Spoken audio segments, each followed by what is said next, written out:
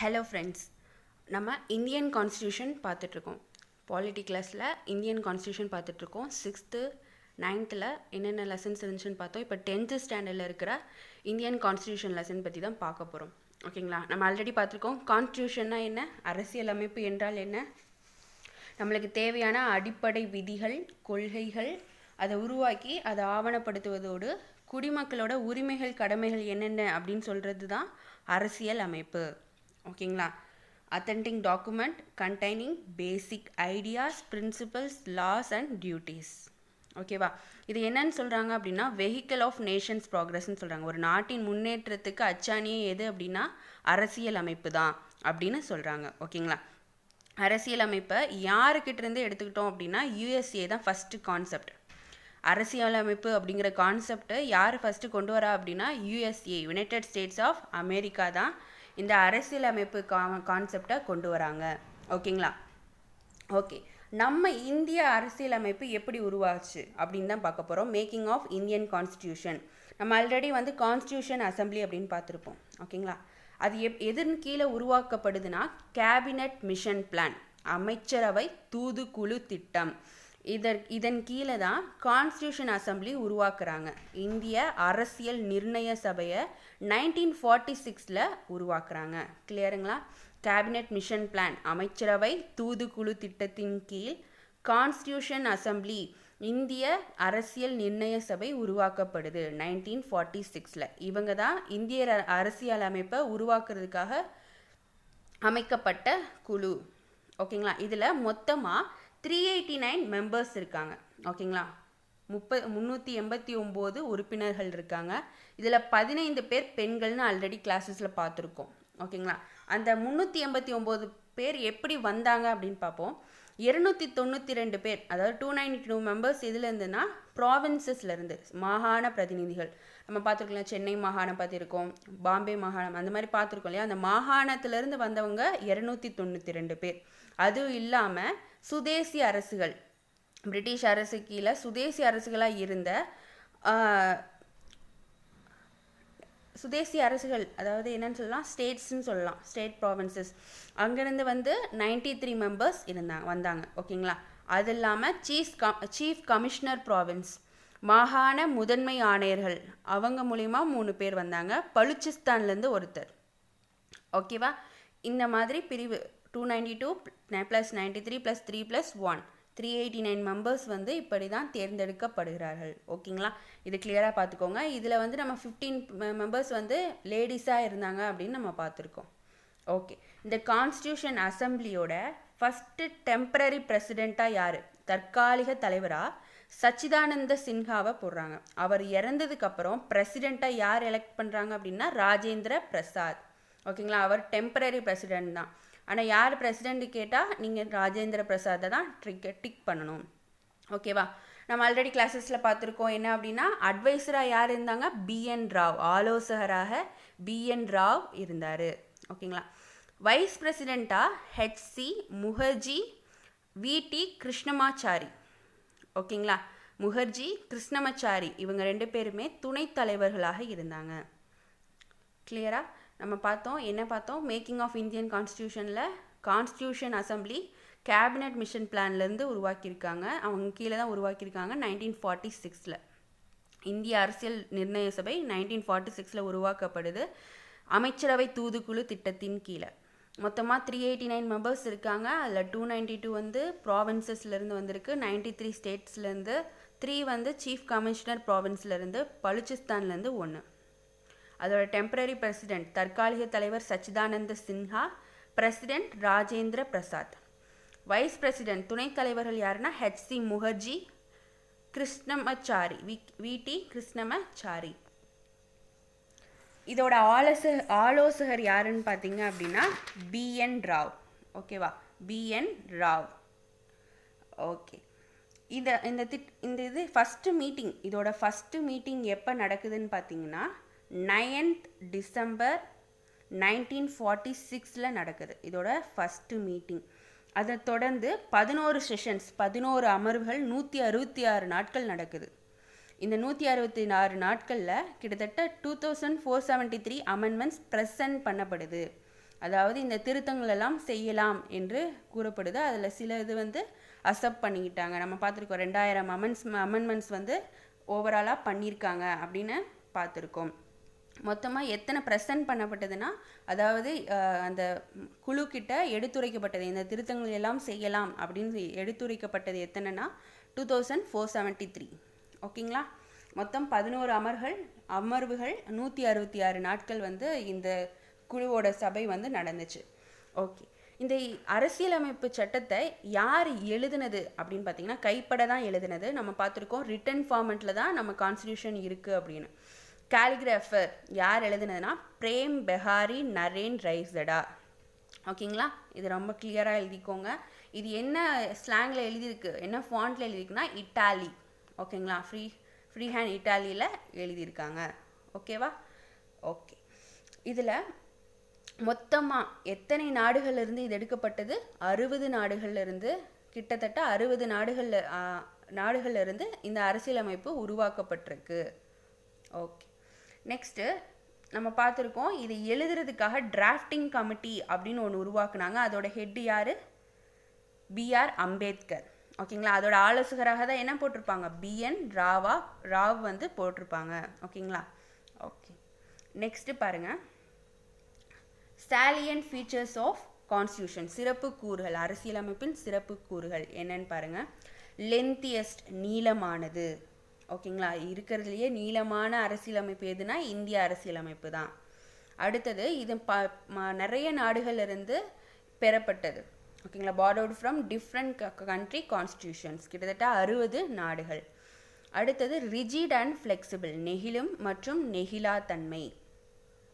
அது என்ன நெகிழும் மற்றும் நெகிழாத்தன்மைனா, எந்த இடத்துல கண்டிப்பாக இருக்கணுமோ அந்த இடத்துல கண்டிப்பாகும், எந்த இடத்துல வந்து ஃப்ளெக்சிபிளாக தளர்வுகளோடு இருக்கணுமோ அந்த மாதிரி இருக்குது நம்மளோட கான்ஸ்டியூஷன். அடுத்தது கூட்டாட்சி முறை, ஃபெடரல் சிஸ்டம். நான் சொல்லியிருக்கேன் இல்லையா, மையத்தில் சென்ட்ரல்னு ஒன்று இருக்குது, எல்லாமே சேர்ந்து ஆள்றாங்க. அதே சமயம் ஸ்டேட்டுன்னு எல்லாரும் தனித்தனியாகவும் ஆட்சி செய்கிறாங்க. அதுக்கு பேர் தான் கூட்டாட்சி முறை. சமய சார்பற்ற நாடு, செக்குலர், எந்த மதத்தையும் சாராமல் எந்த சமயத்தையும் சாராமல் இருக்கிற நாடு இந்தியா. அடுத்தது இண்டிபெண்ட் ஜுடிஷியரி, சுதந்திரமான நீதித்துறை. ஓகேங்களா? நீதித்துறைக்கும் ஆட்சியாளர்களுக்கும் சம்பந்தமே இல்லை. நீதித்துறை தனித்து இயங்கும். ஏதாச்சும் தவறு ஆட்சியில் நடந்தாலும் கூட அவங்களால ஃப்ரீடமாக எடுத்து சொல்ல முடியும்.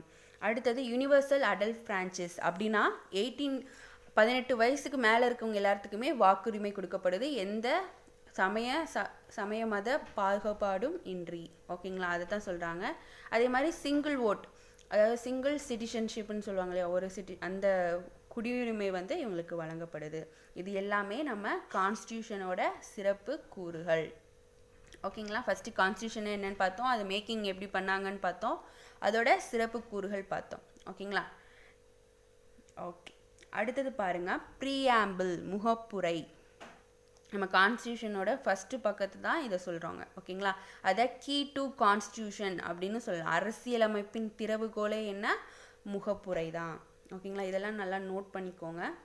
ஓகே, இந்த முகப்புரை வந்து எப்போ அக்செப்ட் பண்ணுறாங்க அப்படின்னா, இந்திய அரசியல் நிர்ணய சபையால், கான்ஸ்டியூஷன் அசம்பிளியால் எப்போ அக்செப்ட் பண்ணப்படுது அப்படின்னா 22 ஜான்வரி 1947. ஓகேவா?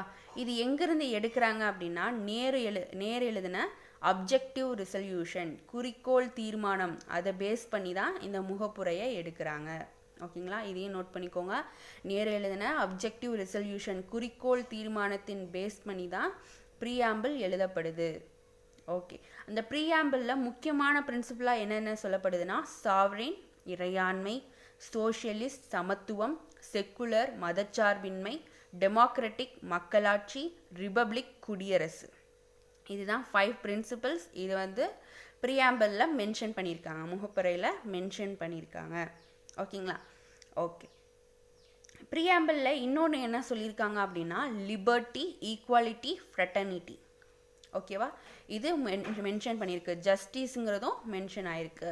லிபர்ட்டிங்கிறது சுதந்திரம், ஈக்குவாலிட்டி சமத்துவம், ஃப்ரெட்டர்னிட்டி சகோதரத்துவம். இந்த 3 தத்துவங்களும் ஃப்ரெஞ்சு ரெவல்யூஷன், ஃப்ரெஞ்சு புரட்சி 1789ஆம் ஆண்டு ஃப்ரெஞ்சு புரட்சி நடக்கும்போது இந்த 3 ஸ்லோகன்ஸ் தான் பெரிய அளவில் பேசப்பட்டது. அதே 3மே வந்து நம்ம முகப்புரையில் இருக்குது. ஓகே, முகப்புரை வந்து எந்த அமெண்ட்மெண்ட்டும் பண்ணலையா, திருத்தம் செய்யலையா அப்படின்னு கேட்டால் பண்ணாங்க. எப்போ அப்படின்னா 42nd constitutional amendment act of 1976. 1976ல் சட்ட திருத்தம் கொண்டு வராங்க. என்னென்னா சோஷியலிஸ்ட், செக்குலர், இன்டெகிரிட்டி, இந்த 3 வார்த்தையும் ப்ரீஆம்பிள்குள்ளார கொண்டு வராங்க. ஓகேங்களா. சமதர்மம், சமய சார்பின்மை, ஒருமைப்பாடு, இந்த 3 வார்த்தையும் எப்போ வருதுன்னா ப்ரீஆம்பிள்குள்ளார வருது. ஓகேங்களா. சோஷியலிஸ்ட், செக்குலர், இது ரெண்டும் வந்து 5 பிரின்சிபிள்ஸில் வந்துருச்சா.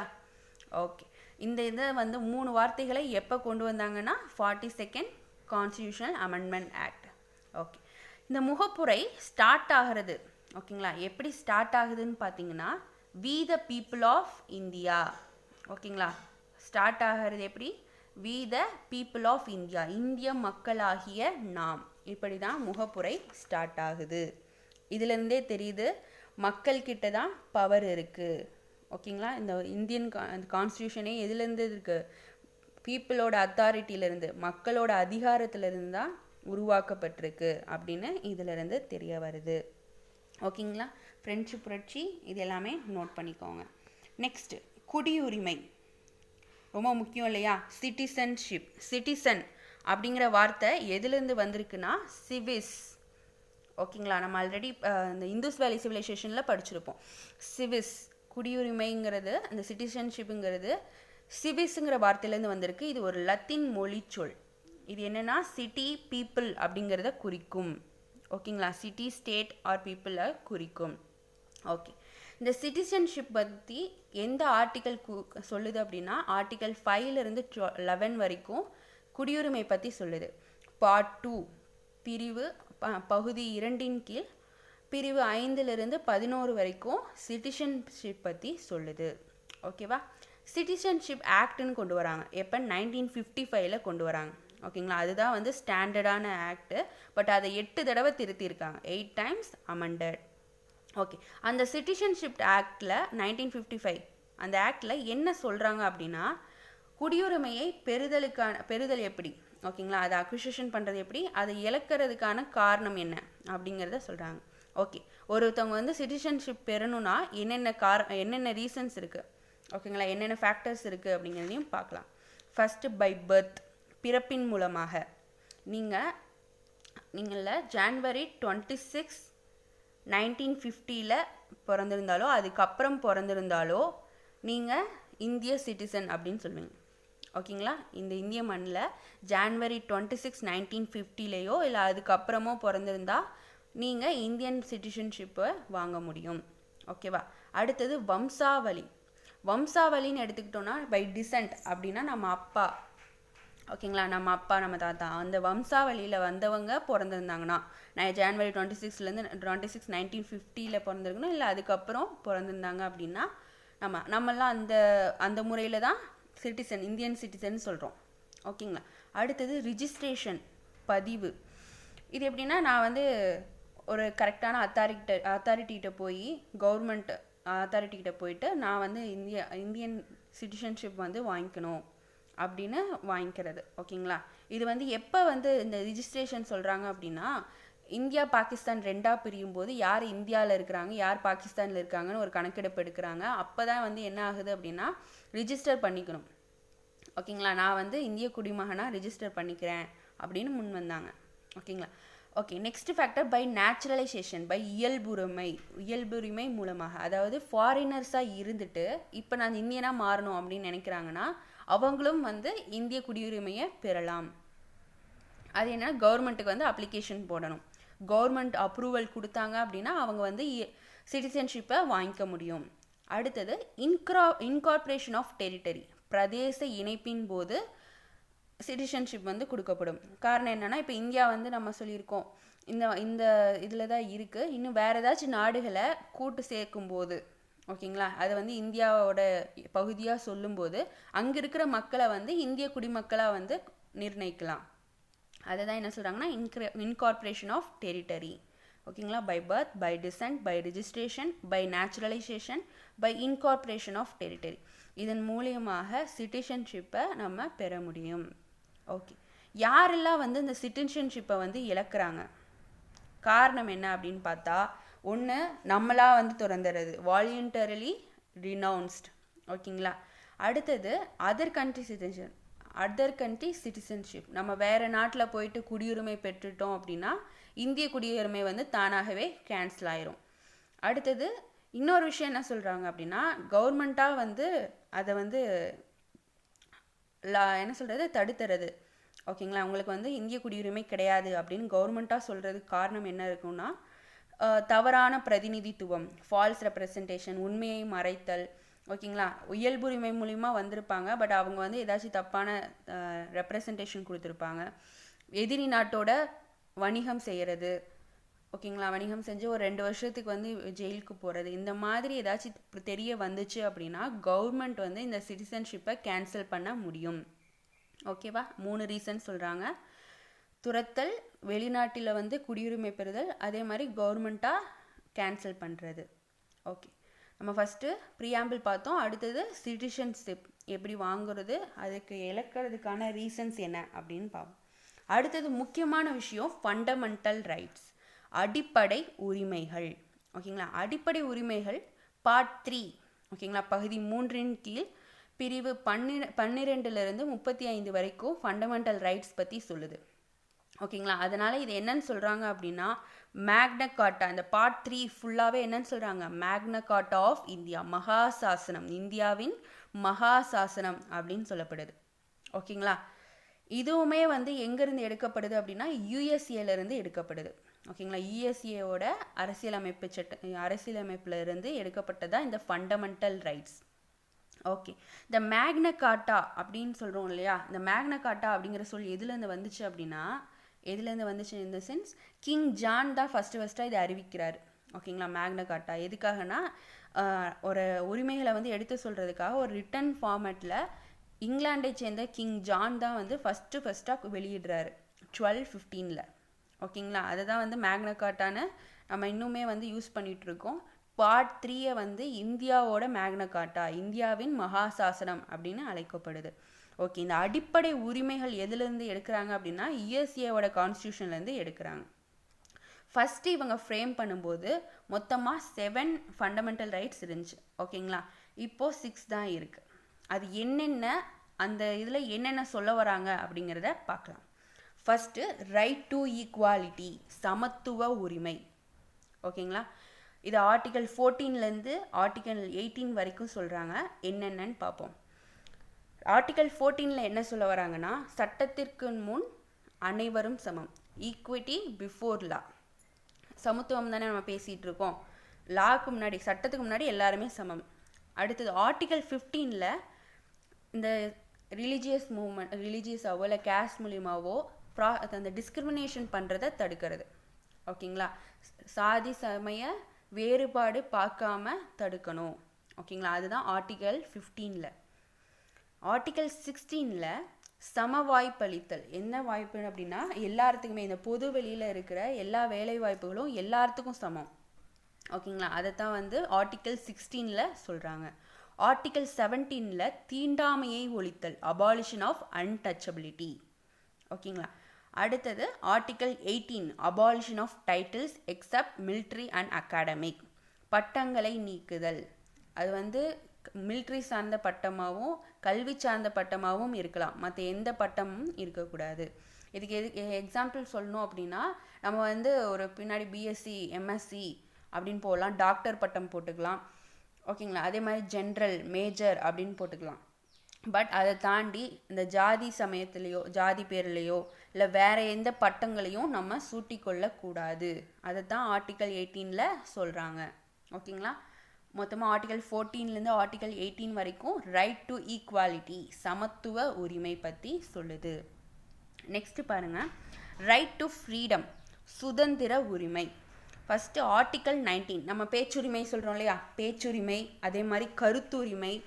ஓகேங்களா. அதே மாதிரி என்ன சொல்கிறது, அசம்பிளி அசோசியேஷன், அதாவது கூட்டாக ஒரு சங்கத்தை உருவாக்குறதுக்கான உரிமை.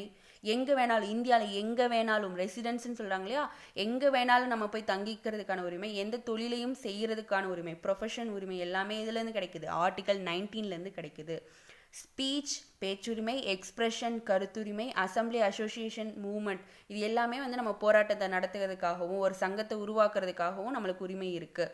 ரெசிடென்ஸ்னால் இந்தியாவில் எந்த மூலையிலையும் நம்ம வந்து போய் தங்கியிருக்கிறதுக்கான உரிமை.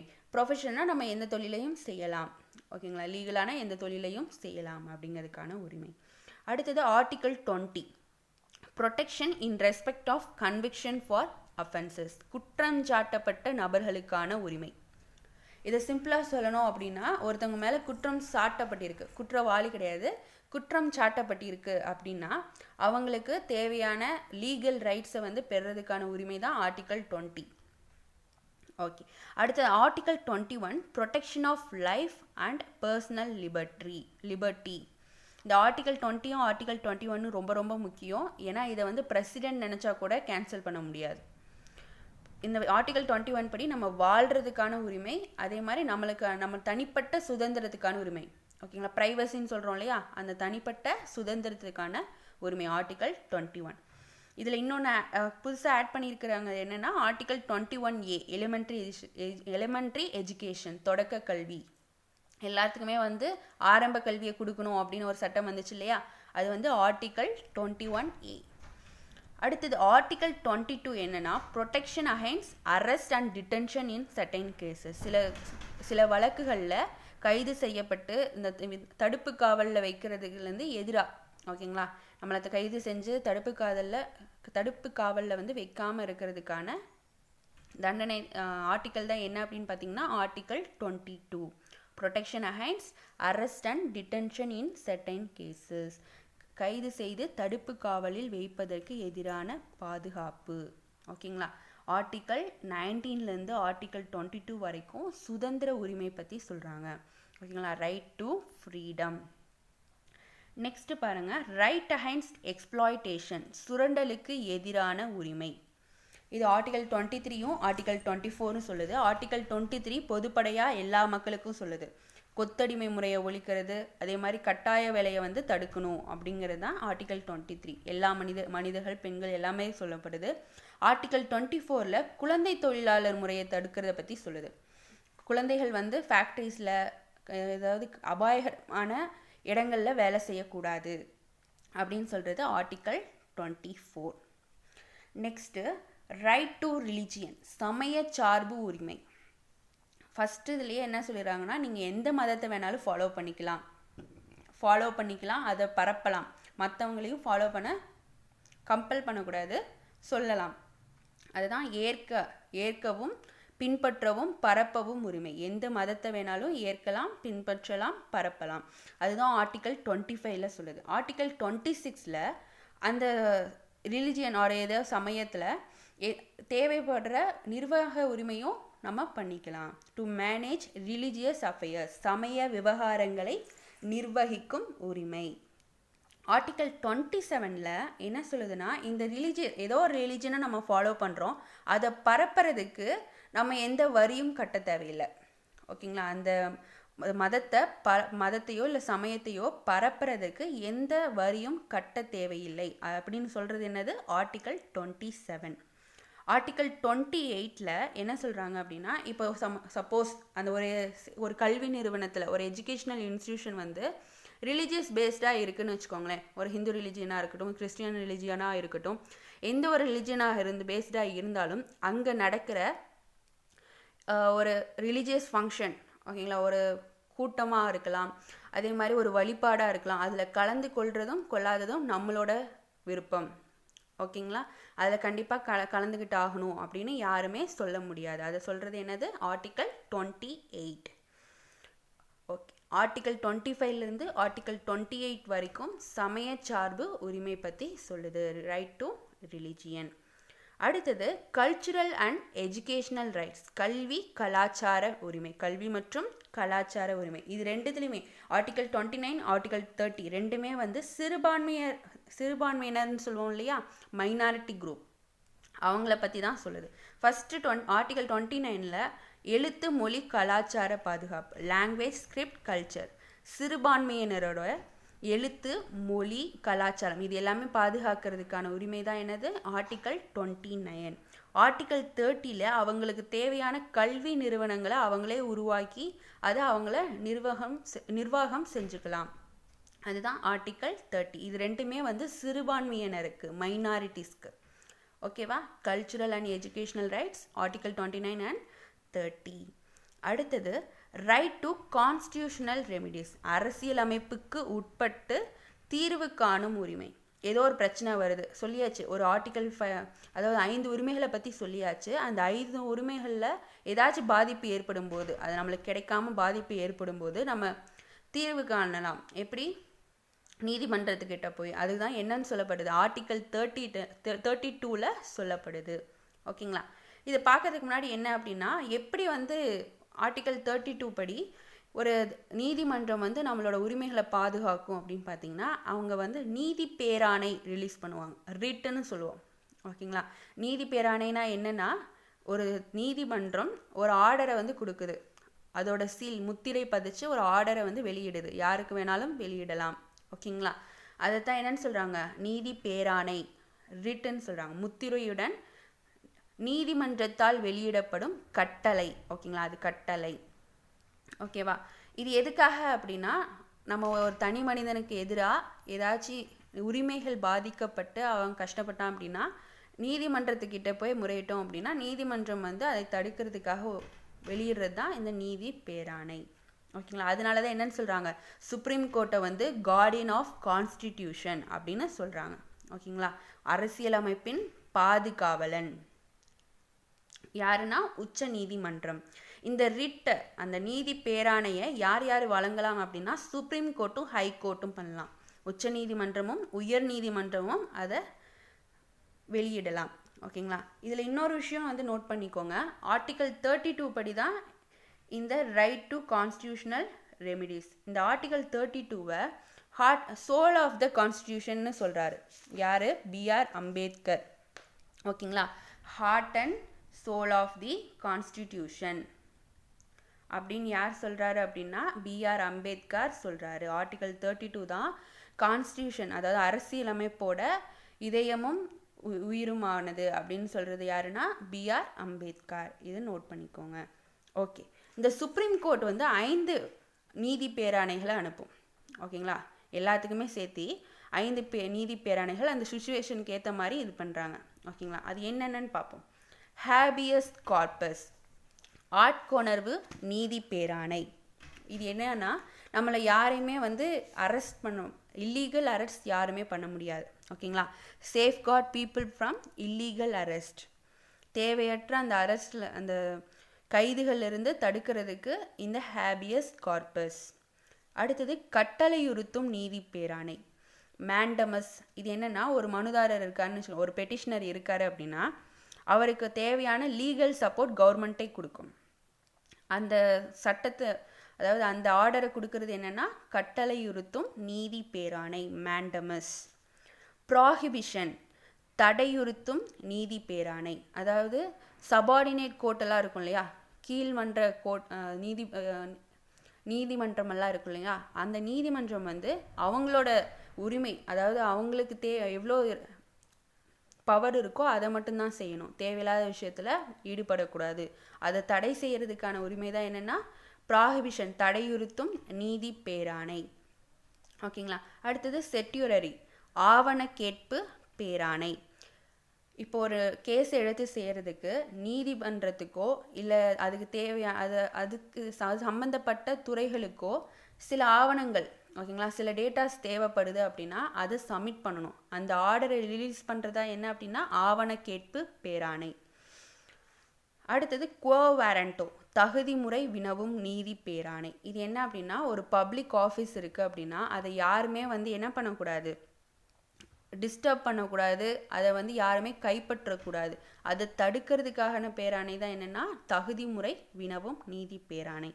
ஒரு சிம்பிளாக சொல்கிறேன், ஹேபியஸ் கார்பஸ் அப்படிங்கிறது பீப்புளை வந்து அரெஸ்ட் பண்ணாமல் ப்ரொடெக்ட் பண்ணுறது, இல்லீகல் அரெஸ்ட்லேருந்து பீப்புளை ப்ரொடெக்ட் பண்ணுறது என்னென்னா ஹேபியஸ் கார்பஸ். மேண்டமஸ்ங்கிறது ஒரு பெட்டிஷனருக்கு லீகல் சப்போர்ட் தேவைப்படுதுன்னா அதை கொடுக்கறதுக்கு ரிலீஸ் பண்ணுறதா என்னது மேண்டமஸ். ப்ராஹிபிஷன் அப்படின்னா ஒரு சபார்டினேட் கோர்ட் வந்து தன்னோட தன்னோட வேலை என்னமோ அதை மட்டும் கரெக்டாக பார்க்கணும். அதை வந்து வேறு ஏதாச்சும் பண்ணுச்சு அப்படின்னா அது தடை செய்கிறதுக்காக உருவாக்கப்பட்டதான் ப்ராஹிபிஷன். அடுத்தது செட்டியோரரி, ஆவண கேட்பு. ஒரு கோர்ட்டுக்கோ இல்லை தேவையான டிபார்ட்மெண்ட்டுக்கோ தேவையான ஆவணங்களை கேட்குறது என்னென்னா செட்டியோரரி. கோ வாரண்டோங்கிறது ஒரு பப்ளிக் ஆஃபீஸை வந்து ப்ரொடெக்ட் பண்ணுறது. ஓகேங்களா, கிளியரா? இதுதான் வந்து என்னன்னு சொல்கிறது, ரைட் டு கான்ஸ்டியூஷனல் ரெமெடிஸ், அரசியலமைக்கு உட்பட்டு தீர்வு காணும் உரிமை. இந்த ஆர்டிகல் 32 என்னன்னு சொல்கிறாங்க, heart and soul of constitution அப்படின்னு சொன்னது யார், பிஆர் அம்பேத்கர். ஓகே, நெக்ஸ்ட்டு பாருங்கள், நம்ம ஒன்று பார்த்தோம், ஸ்டார்டிங்கில் 7 ஃபண்டமெண்டல் ரைட்ஸ் இருந்துச்சு, அது 6ஆக ஆக்கப்பட்டது அப்படின்னு. அந்த ஒன்று என்னன்னா ரைட் டு ப்ராப்பர்ட்டி, சொத்துரிமை. அது ஃபஸ்ட்டு ஃபண்டமெண்டல் ரைட்டாக இருந்துச்சு, அடிப்படை உரிமையாக இருந்துச்சு. பின்னால் என்ன பண்ணிட்டாங்க, சட்ட உரிமையாக மாற்றிட்டாங்க, லீகல் ரைட்டாக மாற்றிட்டாங்க. ஆர்டிகல் 31 தான் ஃபஸ்ட்டு இருந்துச்சு. அந்த ஆர்டிகல் 31 டெலீட் பண்ணிவிட்டு, அதாவது நீக்கிட்டு 44th அமெண்ட்மெண்ட் ஆக்டில், ஓகேங்களா, 44th அமெண்ட்மெண்ட் ஆக்ட் எப்போன்னு பார்த்தீங்கன்னா 1978. அப்போ என்ன பண்ணுறாங்கன்னா இந்த அடிப்படை உரிமையை சட்ட உரிமையாக மாற்றிடுறாங்க. ஃபண்டமெண்டல் ரைட்டை லீகல் ரைட்டாக மாற்றி பார்ட் 3லேருந்து பார்ட் 12க்கு மாற்றிடுறாங்க. ஓகேங்களா, பகுதி 12 கீழ் ஆர்டிக்கல் 300A இந்த சொத்துரிமையை வச்சுருக்காங்க. ஓகேங்களா, இதெல்லாம் ரொம்ப முக்கியம், நோட் பண்ணிக்கோங்க. நெக்ஸ்ட்டு இந்த ஃபண்டமெண்டல் ரைட்ஸ் என்னென்னு பார்த்தாச்சு. நெக்ஸ்ட் அந்த ஃபண்டமெண்டல் ரைட்ஸை நிறுத்த முடியுமா, சஸ்பெண்ட் பண்ண முடியுமா அப்படின்னு கேட்டால் பண்ண முடியும். யார் பண்ணுவார் அப்படின்னா பிரசிடெண்ட். ஆர்டிகல் 352 கீழே அவசர நிலை, ப்ரொக்ளமேஷன் ஆஃப் எமர்ஜென்சி அப்படின்னு கொண்டு வந்தார் அப்படின்னா ஆர்டிகல் 19 அப்படியே டெலீட் ஆயிரும். ஓகேங்களா, ஆர்டிகல் 19 எதுவுமே பண்ண முடியாது. ஆர்டிகல் 19 என்னன்னு சொல்லியிருக்கோம், பேச்சுரிமை, கருத்துரிமை, இந்த மாதிரியெல்லாம் சொல்லியிருக்கோம் இல்லையா. அந்த போராட்டம் செய்கிறதுக்கு, சங்கத்தை உருவாக்குறதுக்கு, தொழில் செய்கிறதுக்கான உரிமை தான் ஆர்டிகல் 19. ரைட் டு ஃப்ரீடமில் நம்ம பார்த்துருப்போம். ஆர்டிகல் 352 உள்ளே வந்துருச்சுன்னா, அவசர நிலை சொல்லிட்டாருன்னா, பிரசிடெண்ட் அவசர நிலை சொல்லிட்டாருன்னா ஆர்டிகல் 19 வந்து சஸ்பெண்ட் ஆயிரும். மற்ற ஏதாச்சும் ஆர்டிக்கலை வந்து சஸ்பெண்ட் பண்ணணும் அப்படின்னா பிரசிடெண்ட் வந்து டிசைட் பண்ணலாம். பார்லிமெண்ட்டோட அப்ரூவல், நாடாளுமன்றத்தோட ஒப்புதலின் கீழே நம்ம வந்து எந்த ரைட்டை வேணாலும் கேன்சல் அவுட் பண்ணலாம், எந்த ஆர்டிக்கலை வேணாலும் கேன்சல் அவுட் பண்ணலாம், சஸ்பெண்ட் பண்ணலாம். ஓகே, ஆனால் எதை சஸ்பெண்ட் பண்ண முடியாது பிரசிடென்ட்டாலேன்னா ஆர்டிகல் 20, ஆர்டிகல் 21. ஓகேங்களா, ஆர்டிகல் 20ல் என்னன்னு சொல்லியிருக்கோம், தேவையில்லாத இந்த கைதுகள், ஓகேங்களா, கைதுகள் ஏதாச்சும் பனிஷ்மெண்ட் நம்மளுக்கு கொடுக்கப்படுதுன்னா அதுலேருந்து ப்ரொடெக்ஷன் கிடைக்கிறது என்னென்னா ஆர்டிகல் 20. ஆர்டிகல் 21ங்கிறது வாழ்வதற்கான உரிமை, தனிப்பட்ட சுதந்திரத்துக்கான உரிமை. ஓகேங்களா, இது ரெண்டுமே வந்து எப்பயுமே கேன்சல் பண்ண முடியாது, அதாவது சஸ்பெண்ட் பண்ண முடியாது. ஓகேங்களா, ஓவராலாக நம்ம கான்ஸ்டியூஷனை என்னென்னு பார்த்துருக்கோம், preamble constitution, preamble, citizenship, fundamental rights, இது எல்லாமே இந்த கிளாஸஸில் பார்த்துருக்கோம். ஓகே ஃப்ரெண்ட்ஸ், மறக்காமல் நம்ம சேனலுக்கு சப்ஸ்கிரைப் பண்ணிடுங்க. தேங்க்யூ.